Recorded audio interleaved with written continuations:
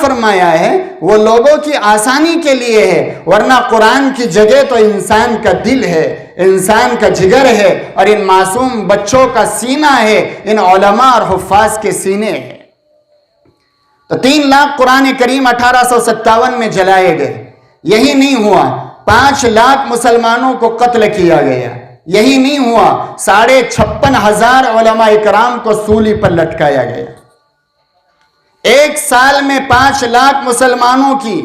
جانیں چلی گئی، 3 لاکھ قرآن کریم کو جلایا گیا، اور 56,500 سے زیادہ علماء اکرام کو شہید کیا گیا، سولی پر لٹکایا گیا۔ دلی کے چاندنی چوک سے لے کر خیبر تک کوئی درخت ایسا باقی نہیں رہا تھا جس پر کسی عالم دین کی لاش کو نہ لٹکایا گیا۔ اور ایسا ہی نہیں کہ لاش کو لٹکایا گیا اور اتار دیا گیا، علماء کی لاشیں کئی دنوں تک لٹکتی رہی، اور انگریز دیگر لوگوں کو یہ نظارہ بتاتے تھے کہ دیکھو، کوئی اگر ہمارے ٹکر پہ آئے گا، ان کا جیسا ہم نے حشر کیا ہے تمہارا بھی ویسا کریں گے۔ لیکن انہیں کیا معلوم تھا کہ یہ وہ دیوانے ہیں قرآن کے، یہ وہ اسلام کے دیوانے ہیں، اور یہ وہ اللہ کے نبی صلی اللہ علیہ وسلم کی شریعت کے دیوانے ہیں۔ یہ جلتے انگاروں پر جل سکتے ہیں، یہ کڑائی کی تیلوں میں اپنی جانوں کا نذرانہ پیش کر سکتے ہیں، سولیوں پر لٹک سکتے ہیں، لیکن اللہ کے دین کے معاملے میں، اللہ کے قرآن کے معاملے میں رتی برابر بھی پیچھے ہٹ نہیں سکتے ہیں، اور پیچھے ہٹنے کے لیے تیار نہیں ہو سکتے۔ 1857 کی جنگ کے بعد جب اتنی بڑی تعداد میں علماء کا قتل عام ہوا، تو اس وقت جو گنے چنے علماء بچے تھے، جس میں حضرت مولانا قاسم نانوتوی رحمت اللہ علیہ، حضرت مولانا رشید احمد گنگوہی رحمت اللہ علیہ، شیخ الہند حضرت مولانا حضرت حاجی عابد حسین رحمت اللہ علیہ، حضرت منع شاہ رحمت اللہ علیہ، یہ اس وقت کے اکابرین تھے، اور اس وقت کے اکابرین تھے۔ لیکن آپ حیرت کریں گے کہ اس وقت جب 1857 کا موقع تھا، شاید مولانا قاسم نانوتوی رحمت اللہ علیہ 23-24 سال کے نوجوان عالم تھے،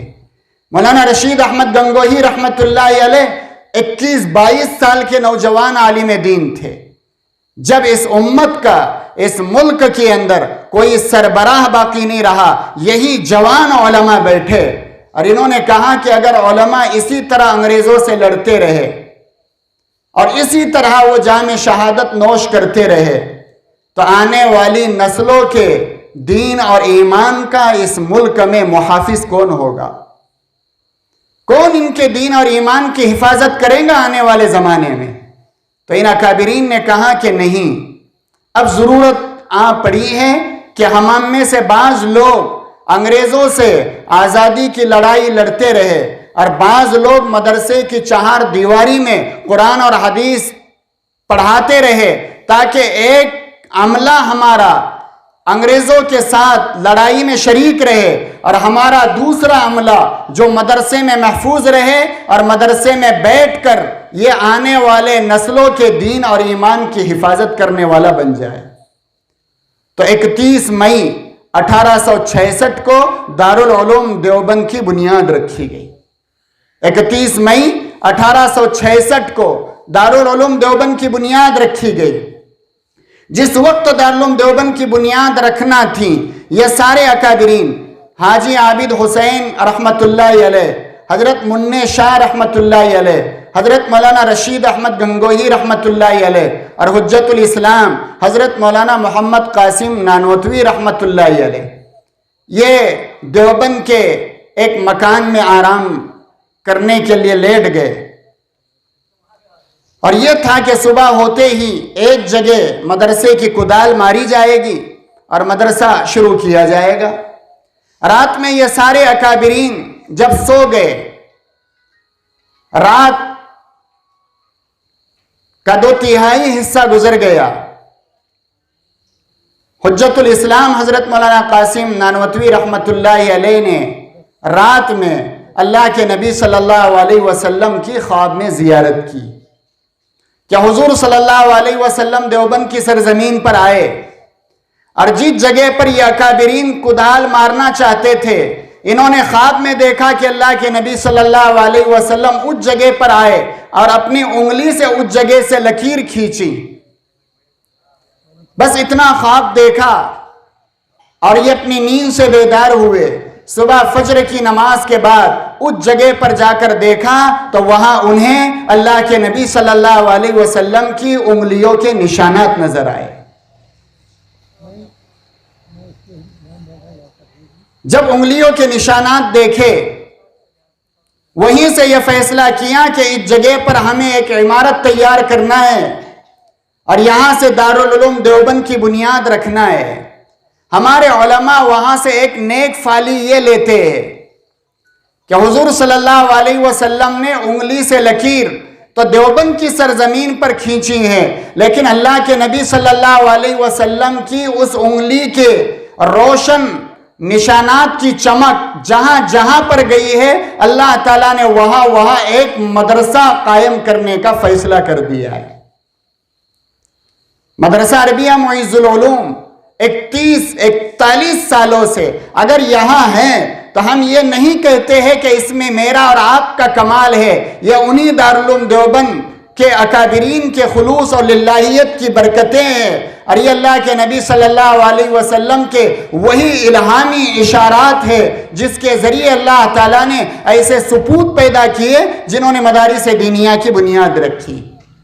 تو جب دارالعلوم دیوبند کی بنیاد رکھی گئی، وہاں سے علماء تیار ہوتے چلے گئے، اور پھر ایک دور وہ بھی آیا کہ پورے ملک کے اندر مدارس دینیہ اور مکاتب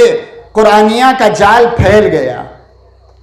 جب 1947 میں ملک آزاد ہوا اور بدقسمتی سے ملک تقسیم بھی ہو گیا، اس وقت پورے ملک میں جب ملک تقسیم ہو گیا تھا تو باقی رہنے والے جو مسلمان اس ملک میں تھے صرف ان کی تعداد 4 کروڑ تھی۔ 4 کروڑ مسلمان اس ملک میں رہ گئے تھے، باقی سارے لوگ ملک کی تقسیم کے نام پر ایک علیحدہ ملک میں چلے گئے تھے۔ اس وقت کی صورتحال کو دیکھ کر حضرت مولانا ابوالکلام آزاد رحمت اللہ علیہ نے فرمایا تھا کہ اگر اس ملک میں مسلمانوں کے دین اور ایمان کی حفاظت آج کے زمانے میں کسی نے کر لی، یوں سمجھیے کہ اس ملک میں اس نے بہت بڑا کام کر لیا۔ تو دارالعلوم دیوبند سے اس وقت 3 علماء تھے۔ ایک کا نام تھا حضرت مولانا اشرف علی تھانوی رحمت اللہ علیہ، دوسرے شخص تھے حضرت مولانا حسین احمد مدنی رحمت اللہ علیہ، اور تیسرے شخص تھے حضرت مولانا ابوالکلام آزاد رحمت اللہ علیہ، اور چوتھے شخص تھے حضرت مولانا الیاس رحمت اللہ علیہ۔ تو حضرت مولانا اشرف علی تھانوی رحمت اللہ علیہ نے خانقاہوں کا بیڑا اٹھایا اور پورے ملک میں پوری زندگی خانقاہوں پر محنت کرتے رہے۔ دارالعلوم دیوبند کے دوسرے فارغ شیخ الاسلام مولانا حسین احمد مدنی رحمت اللہ علیہ نے مدارس اور مکاتب کا بیڑا اٹھایا۔ وہ جہاں بھی جاتے تھے مدارس اور مکاتب کے قیام کی بات کرتے تھے۔ پوری زندگی انہوں نے مدارس اور مکاتب کے نظام کو قائم رکھنے کا فیصلہ کیا۔ تیسرے آدمی تھے حضرت مولانا الیاس رحمت اللہ علیہ، جو دارالعلوم دیوبند کے فارغ تھے۔ انہوں نے مسلمانوں کی ذب و حالی اور ایمان کی کمزوری اور عقائد سے دوری اور دین سے دوری کو دیکھا۔ انہوں نے دعوت کا ایک نظام شروع کیا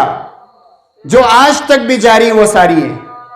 اور تھے چوتھے حضرت مولانا ابوالکلام آزاد رحمت اللہ علیہ، جنہوں نے سیاست کا پلیٹ فارم چن لیا اور وہاں کے ذریعے سے مسلمانوں کی رہبری اور رہنمائی کرتے رہے۔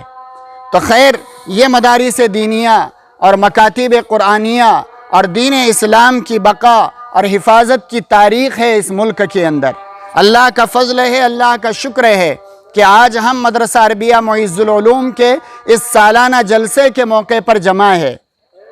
اور ہم نے کل ظہر کی نماز کے بعد ہی اس بات کا فیصلہ اساتذہ اور ذمہ داران نے کیا کہ حالات دن بدن بگڑتے چلے جا رہے ہیں، اور پھر دوبارہ جنتا کرفیوں کی بات کی جا رہی ہے۔ تو ان حالات میں اب مدرسے کے بچوں کو مدرسے میں رکھنا مناسب نہیں ہے، یہ بڑی ذمہ داری کا کام ہے۔ تو فیصلہ یہ ہوا کہ کل جمعہ کو ان تمام بچوں کو گھر جانے کی چھٹی دینا ہے،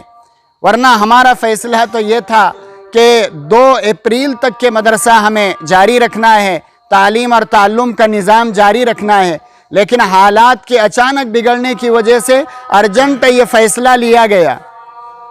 اور یہ فیصلہ کیا گیا کہ بے مختصر لوگوں کو یہاں جمع کیا جائے گا اور ان حضرات کے سامنے مدرسے کی کارگزاری اور مدرسے کی رودات کو رکھا جائے گا۔ آپ کا یہ ادارہ مدرسہ عربیہ معز العلوم کے نام سے 41 سالہ پرانا ادارہ ہے۔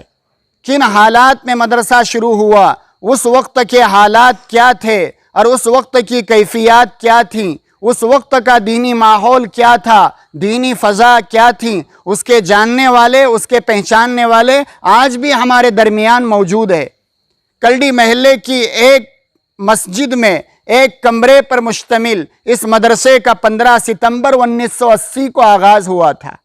15 ستمبر 1980 بولنے میں بڑا آسان لگتا ہے، لیکن سال اور مہینوں کے اعتبار سے اگر دیکھا جائے تو تقریباً 41 سال کا عرصہ مکمل ہو چکا ہے۔ آپ لوگوں نے ہر موقع پر مدرسے کا تعاون کیا، اپنے مالی تعاون سے مدرسے کو مضبوط سے مضبوط اور مستحکم بنانے کی کوششیں کی ہیں۔ جب آدمی کسی جگہ اپنا سرمایہ لگاتا ہے، مال لگاتا ہے، جانی مالی قربانیاں پیش کرتا ہے، تو اس کے ذہن و دماغ میں ایک سوال یہ ہوتا ہے کہ جو پیسہ میں لگا رہا ہوں اس کا کوئی نتیجہ ہمارے سامنے آیا یا نہیں آیا۔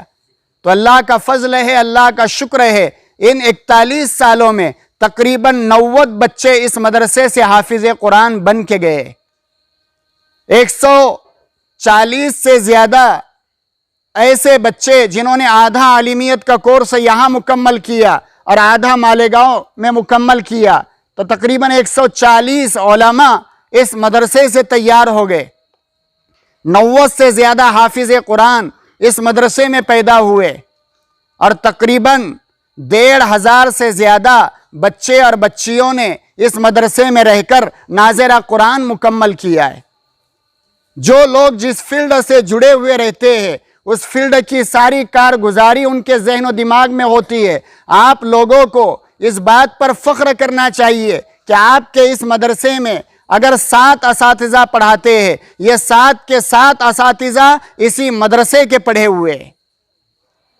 3 ایسے ہیں جو عالم بھی ہے، حافظ قرآن بھی ہے، لیکن وہ تینوں اسی مدرسے سے حافظ قرآن بنے ہوئے، اور 7 پڑھانے والے سب کے سب اسی مدرسے سے پڑھے ہوئے۔ آپ کے اس شہر میں مسجدوں میں امامت کرنے والے جتنے ائمہ ہیں، ان مسجدوں میں سے 16 مسجدوں میں جو لوگ امامت کرتے ہیں وہ مدرسہ معز العلوم کے پڑھے ہوئے۔ آپ یہاں سے نوگاؤں چلے جاؤ، پیپل واڑی ہے، بورکھا ہے، پھر ادھر چیتے گاؤں ہے، اور ہرر پوری ہے، تلجاپور ہے، بھیمانڈا ہے، ادھر نیچے گیورئی تعلقے میں آپ گیورئی میں چلے جاؤ، مہار ٹاکلی جاؤ، شوگاؤں جاؤ، ناندیڑ ہو، پربھنی ہو، بیڑ ہو، اورنگ آباد ہو، اس طرف احمد نگر ہو، ایسے ہی پونا اور بمبئی میں بھی ہمارے مدرسے کے فارغین مسجد اور مدرسوں میں تعلیم اور تعلم کا کام کر رہے ہیں۔ ہم بارہا کہتے ہیں کہ مدرسہ عالیشان عمارتوں کا نام نہیں ہے، مدرسہ اونچی اونچی بلڈنگوں کا نام نہیں ہے، جہاں پڑھنے اور پڑھانے والے بیٹھ جائے وہی مدرسہ ہوتا ہے۔ اگر عمارت عالیشان ہو جائے اور بلڈنگیں عالیشان بن جائے اور وہاں سے نتیجہ اگر کچھ برآمد نہ ہو تو وہ بلڈنگ اور عالیشان عمارتیں کوئی کام نہیں دے سکتی۔ اور خستہ حال عمارتوں میں اگر عالم دین پیدا ہو رہے ہیں، حافظ قرآن پیدا ہو رہے ہیں، یہ بہت زیادہ فخر کی بات ہے۔ تو آج مدرسہ معز العلوم نے اپنی زندگی کے 41 سال مکمل کیے ہیں۔ ہر سال کے عنوان سے اس سال جلسے کو جو عنوان دیا گیا ہے، یہ ایسے ہی افراد کو بلایا گیا ہے۔ آپ شہر کے با اثر لوگ ہیں، رمضان بقرعید کے موقع پر مدرسے کا تعاون کرنے والے لوگ ہیں۔ آپ کو اس لیے بلایا گیا کہ 3 مہینے سے پورے مہاراشٹر کے مدارس بند تھے۔ اللہ کا فضل ہے، ہم نے 3 مہینے مدرسے میں تعلیم اور تعلم کا نظام چلایا۔ ان حالات میں بھی احتیاطی تدابیر کو اختیار کیا اور جو حفظ کے بچے تھے ان کا دور مکمل کیا۔ سال گزشتہ جو بچے ہمارے پاس دیگر کلاسوں میں تھے انہی بچوں کو جو ہے تو دوبارہ ہم نے وہی کتابیں پڑھا کر ان کی کتابیں مکمل کر لی، آموختہ کرا دیا۔ اب یہ بچے جو ہے تو ماحول میں آئے۔ یہ بچے جو ہمارے پاس پڑھتے ہیں ایسے نہیں ہیں کہ بہت اچھے گھرانے کے ہیں، ان کے ماں باپ پڑھے لکھے ہیں، تعلیم یافتہ ہے۔ آپ یقین نہیں کریں گے، جب مدرسے کے اساتذہ گھروں پہ بچے کو لینے کے لیے جاتے ہیں پہچاننا مشکل ہو جاتا ہے کہ یہ بچہ ہمارے مدرسے کا پڑھا ہوا ہے یا ہمارے مدرسے میں پڑھتا ہے۔ الگ الگ حالات میں بچے ہوتے ہیں، ماں باپ کی بڑی غربت ہوتی ہے۔ ابھی ہم نے بچوں کو اٹھا کے لایا، ماں باپ نے یہ بہانہ کیا کہ ہمارے پاس کپڑے نہیں ہیں۔ ہم نے کہا کہ ٹھیک ہے، ہم پورے بچوں کو کپڑے سلائیں گے۔ تو جیسے ہی یہ بچے مدرسے میں آئے سب بچوں کا ناپ دیا گیا، سارے بچوں کے جو ہے تو کپڑے سلائے گئے اور ان کو صبح میں جو ہے تو کپڑے تقسیم کیے جائیں گے۔ تو اس وقت ہمارے پاس 34 بچے جو بڑی عمر کے ہیں ان کو مدرسے میں بلایا گیا، اور بقیہ 27 بچے ایسے ہیں کہ جو بہت چھوٹے ہیں یا جو آ بھی سکتے تھے لیکن ماں باپ گنا توڑی کو ہے تو بچے بھی ان کے ساتھ میں ہیں۔ اب کون سے علاقے میں ہے، کون سی فیکٹری کارخانے میں ہے پتہ نہیں ہے، تو ہم نے چاہا کہ رمضان کے بعد انشاءاللہ ایک منظم نظام مدرسے کا چلے گا، اور کوشش ہماری یہ ہے کہ مدرسے کا نظام بہتر سے بہتر انداز میں چلتا رہے۔ سال گزشتہ ہی ہمیں جلسہ کر کے اس بلڈنگ کا افتتاح کروانا تھا، لیکن 5 اپریل کو جلسہ طے تھا، 22 مارچ کو لاک ڈاؤن لگ گیا تو ہم عمارت کا افتتاح نہیں کرا سکے، ورنہ یہ اتنی بڑی عمارت تقریباً 25 سے 27 لاکھ روپے اس کے اوپر خرچ ہوا ہے۔ ایک نئی مدرسے کی شکل دے کر یہ عمارت تیار کی گئی ہے، اور آئندہ بھی ہماری اپنی کوشش یہ ہے کہ اس کے اوپر ایک عمارت اور تیار ہو جائے اور مدرسے کا نظام دن بدن جو ہے تو آگے بڑھتا رہے، مدرسہ ترقی کرتا رہے۔ تو آج کے اس خوشگوار موقع پر آپ حضرات کو جمع کرنے کا بنیادی مقصد یہ تھا کہ مدرسے کے بچوں کی کچھ کارکردگی آپ کے سامنے آ جائے۔ ابھی آپ کے سامنے بچوں نے تقریر، نعتوں کا نذرانہ پیش کیا، حالانکہ بچوں کی کوئی تیاری نہیں تھی۔ ہم تو یہ پلان لے کر بیٹھے تھے کہ 2 تاریخ کو جلسہ کرنا ہے۔ حضرت مولانا عنایت اللہ صاحب اکھروی گجرات والے، ان کی تاریخ بھی لی گئی تھی، لیکن اچانک یہ فیصلہ ہوا کہ ان حالات میں بچوں کو مدرسے میں رکھنا مناسب نہیں ہے، یہ ذمہ داری اور جوابداری کا کام ہے۔ تو اچانک جو بچے جس حال میں جن کی جیسی تیاری تھی ہم نے برکتاً آپ حضرات کے سامنے پیش کیا ہے۔ تو خیر، یہ مدرسے کی روداد آپ کے سامنے رکھنا تھی کہ 3 مہینے سے الحمدللہ مدرسہ جاری ہے، اور تقریباً سال کا مدرسے میں 15 سے 16 لاکھ روپے مدرسے کا سالانہ خرچ ہے، جو آپ حضرات کے تعاون سے الحمدللہ مکمل ہوتا ہے۔ آپ نے دیکھا ہوگا کہ ہمارے اپنے مدرسے کا تقریباً 22 سال سے کوئی سفیر نہیں ہے۔ کوئی سفیر آپ کو مدرسہ معز العلوم کا نہیں ملے گا کہ جو کسی جگہ پر مدرسے کا چندہ کر رہا ہو،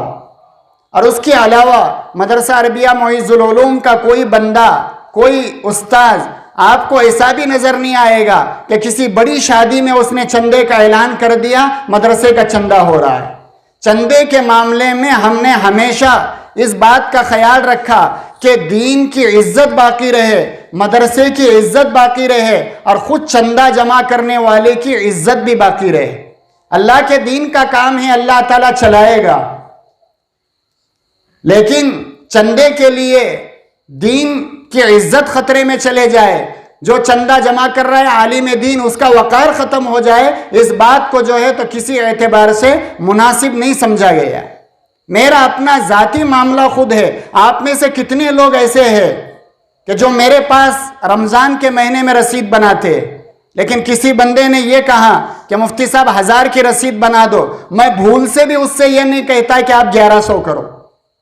جو آپ اپنی مرضی سے دے رہے ہیں دے دو۔ ایک درخواست تو ہوتی ہے کہ ہر سال کچھ نہ کچھ اضافہ ہو جائے۔ اللہ کا فضل ہے، گزشتہ رمضان پورا لاک ڈاؤن میں گزرا ہے، لیکن لاک ڈاؤن میں بھی ہمارے پیٹن شہر کے لوگوں نے بڑھ چڑھ کر مدرسے کا تعاون کیا ہے، اور جو رمضان میں تعاون دیا تھا اسی تعاون کی بنیاد پر 3 مہینے تک ہم نے مدرسے کا نظام بہتر طریقے سے چلایا ہے۔ آئندہ رمضان ہے اور رمضان کے بعد پورے سال کا نظام چلانا ہے۔ آپ حضرات سے یہی توقع اور امیدیں ہے کہ انشاءاللہ جس طرح آپ نے ہر موقع پر مدرسے کا تعاون کیا، مدرسے کا خیال رکھا، مدرسے کے اساتذہ کی فکر کی، اور ان معصوم بچوں کی تعلیم تربیت پر جو آپ اپنا حلال کمائی کا پیسہ لگا رہے ہیں یہ لگاتے رہیں گے، اور کوشش آپ کی یہ ہو کہ شہر پٹن والے مدرسے کو خود کفیل بنائے۔ بعض علاقوں میں ہم نے ایسے مدرسے دیکھے ہیں کہ پورا نظام گاؤں کے لوگ مدرسے کا چلاتے ہیں،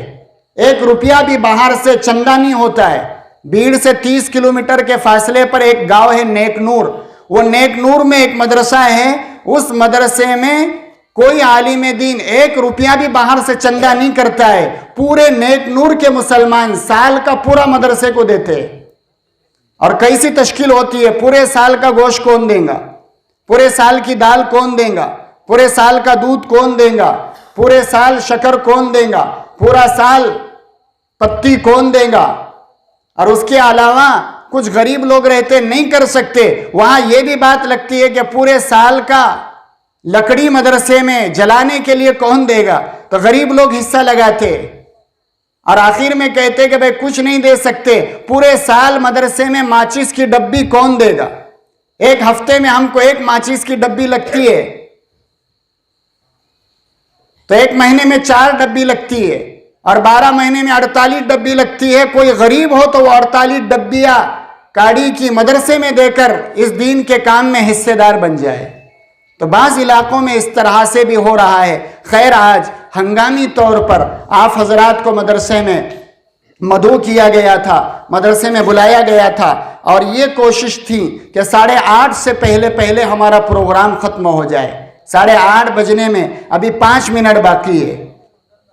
اور فوراً جو ہے تو انشاءاللہ ہم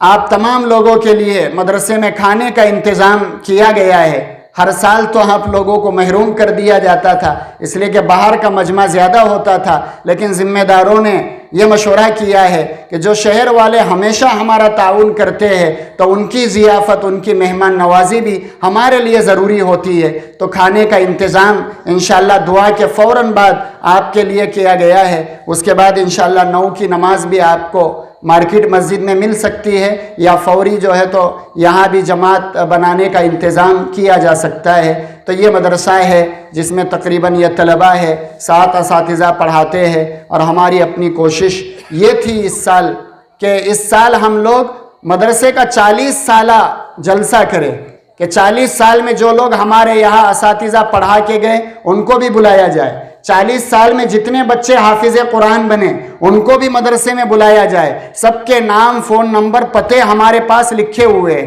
اور ان 40 سالوں میں جتنے لوگ ہمارے یہاں عربی سوم پڑھ کے مکمل عالم دین بنے ہیں اور کسی مدرسے میں جا کے مفتی کا کورس کیا ہے ان سب کو بلاؤ۔ اگر ایسی ساری تعداد جوڑی جائے تو تقریباً 280 سے اوپر جاتی ہے۔ تو ہمارا ارادہ اس سال میں یہ تھا کہ ایسے 280 علماء، حفاظ سب کو بلایا جائے اور ایک بڑا جلسہ شہر میں کیا جائے، ان فارغین کی کارگزاریاں شہر والوں کے سامنے آ جائے۔ میں آپ کو کیا بتاؤں، مولانا شیخ احمد جانتے ہیں کہ ہمارے بوڑکھے کے رہنے والے مفتی ایوب صاحب ہمارے وقت مدرسے میں پڑھتے تھے، اس وقت ناندیڑ میں ہے، پورے ضلع کے قاضی شریعت ہے، پورے ضلع کے قاضی شریعت۔ جمعے کی نماز میں ان کا بیان سننے کے لیے تقریباً 5000 سے زیادہ کا مجمع ہوتا ہے۔ آپ کو فخر کرنا چاہیے کہ آپ کے مدرسے سے پڑھے ہوئے اس بچے کو اللہ نے یہ مقام دیا ہے۔ کنج کھیڑا زیادہ دور نہیں ہے، ہمارے ساتھ کے پڑھے ہوئے مولی ابراہیم صاحب اسی مدرسے میں پڑھے ہوئے، تقریباً 10,000 بچوں کے کھانے کا مکمل انتظام وہ سنبھالتے، ان کی نگرانی میں نظام چلتا ہے۔ آپ یہاں سے جاؤ نانج میں، نوگاؤں کے مفتی سلیم صاحب ہے، ہمارے مدرسے سے پڑھے ہوئے ہیں، اس مدرسے کے صدر مدرس ہے۔ آپ یہاں سے بیڑ چلے جاؤ، بک کی ایک مسجد ہے بیڑ میں،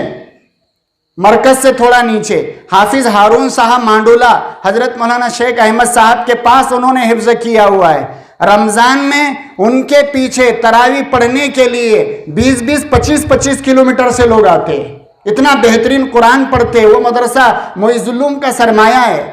بورکھے کے پاس میں ایک دیہات ہے ٹاکا دنگاؤ. وہ ٹاکے دنگاؤں میں ایک مولانا صادق صاحب ہے, ہمارے ساتھ یہاں پڑھے ہوئے ہیں, لیکن اس وقت منجلے گاؤں کے ایک بہت بڑے مدرسے کے ناظم ہیں. تو اگر ایک ایک مدرسے سے پڑھے ہوئے بچے کی اگر میں کارگزاری سناؤں گا کہ آپ کے پاس پڑھے ہوئے یہ علماء کتنا کام کر رہے تو آپ حیرت کریں گے. لیکن مدرسے کی عظمت کو اور مدرسے کی محبت کو دل میں بٹھانے کے لیے اتنی باتیں آپ حضرات کے لیے کافی ہے. خیر, دعا کرے کہ اللہ تعالیٰ ان کہی سنی باتوں پر مجھے بھی آپ کو بھی عمل کی توفیق نصیب فرمائے. ایک اہم اور ضروری اعلان یہ ہے کہ مدرسہ جو ہوتا ہے یہ سمجھیے کہ ایک شفا خانہ ہوتا ہے. جیسے دواخانے میں مریض آتا ہے, شفا ملتی ہے, گھر چلے جاتا ہے, ایسے ہی مدرسہ ہوتا ہے. یہاں طالبین آتے ہیں, خدمت کرنے والے آتے ہیں, وقت پورا ہوتا ہے, چلے جاتے ہیں. تو ہزاروں بچے آئے, چلے گئے.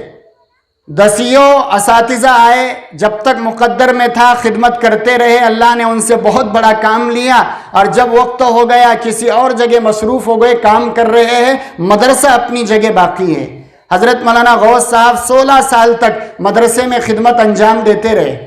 حضرت مولانا شیخ احمد صاحب, حضرت مولانا محمد انصار صاحب, دونوں ہمارے اساتذہ ہیں. ان حضرات نے بھی لمبے عرصے تک اس مدرسے میں خدمت انجام دی.